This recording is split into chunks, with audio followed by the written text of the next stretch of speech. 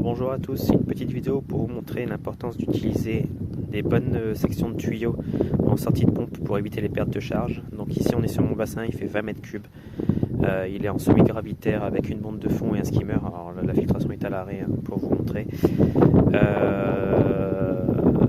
Le bassin est en eau depuis un an.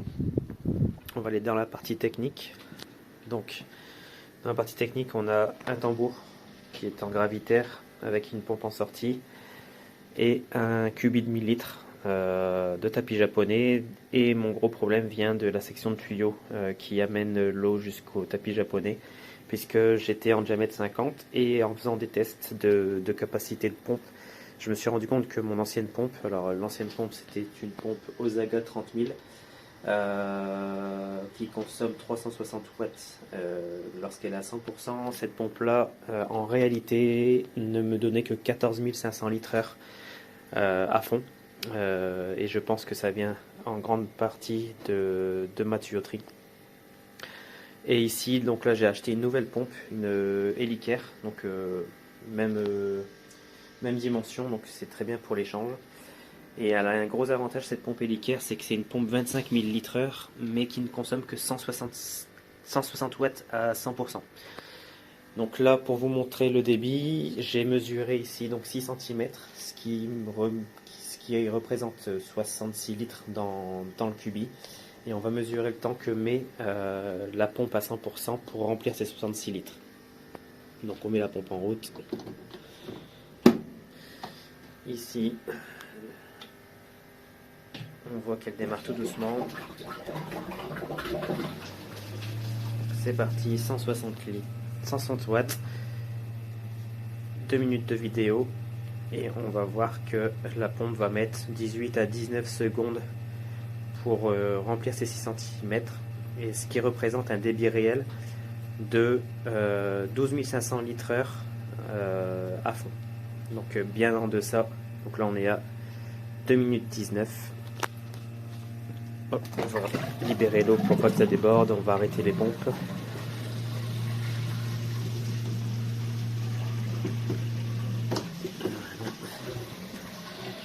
Donc comme je le disais, le problème vient certainement de mon diamètre de tuyau qui est trop faible. Donc aujourd'hui on va tout démonter et passer en 75 et voir la différence.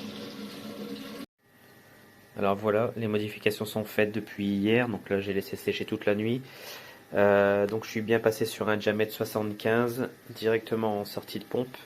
J'ai fait les premiers essais et c'est vraiment concluant. Donc là on va remesurer. Donc, on va remettre la pompe en route.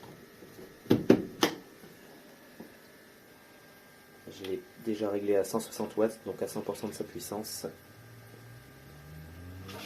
Voilà, c'est parti. Ici, hop, 32 secondes de vidéo.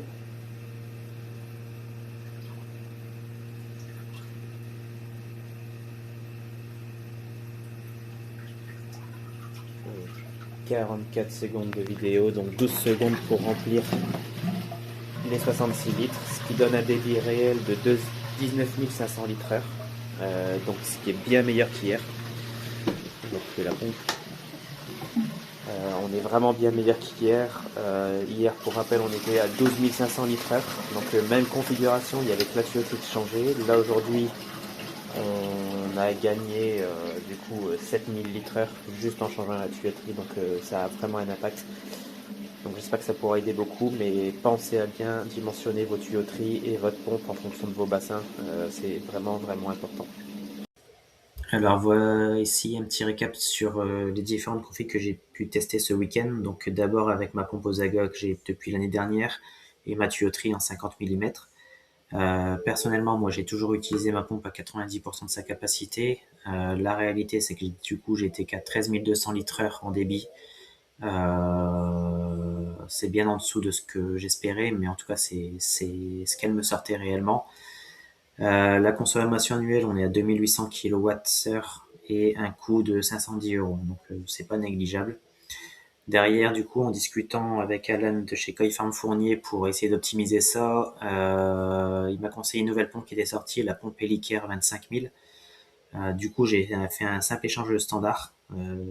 J'ai gardé mon tuyau de diamètre 50 et là j'ai fait les mêmes essais et il s'avère que si je voulais avoir le même débit en sortie, il fallait que je mette la pompe à 100%. Néanmoins, la pompe elle consomme déjà 2 fois moins, donc forcément je faisais déjà des économies puisque mon coût annuel descendait déjà à 250 €. Et ensuite, en continuant à discuter et pour optimiser, les pertes de charge pour lui venaient des diamètres de tuyaux. Il m'a conseillé de passer en diamètre 75, ce que j'ai fait. Et là, les résultats, ben, clairement, ils sont positifs puisque même à 50% de puissance, donc à 80 watts, je sors le même débit. Et ça ne me coûte plus que 126 €. Donc les coûts sont vraiment intéressants. Vous pouvez voir chaque ligne avec les différentes puissances. Ça vous donne un ordre d'idée. Et j'ai rajouté aussi une petite dernière ligne sur les pompes vide cave. J'en vois beaucoup qui utilisent ça. Ils disent oui, c'est bien, c'est pas cher et ça marche et ça dure un an. Ouais, une pompe vide cave, ça coûte peut-être 30 €, sauf que ça consomme 800, 900 watts certainement. Ben, vous allez avoir une consommation annuelle de 8000 kilowatts, soit 1340 €. Donc, concrètement, vous ne faites pas des économies à vouloir acheter du pas cher. Donc n'hésitez pas à investir. Et pour ceux qui ont déjà des pompes, réfléchissez-y, mais les pompes hélicaires, quitte à en avoir deux ou trois pour ceux qui ont des très gros bassins, je pense que c'est vraiment une très bonne alternative parce que là vous faites des économies qui sont quand même conséquentes. Voilà, c'est fini pour cette vidéo. Alors certes, elle est un peu longue, mais elle explique pas mal de choses. J'espère que ça vous a plu. N'hésitez pas à la partager. Ciao, bye bye.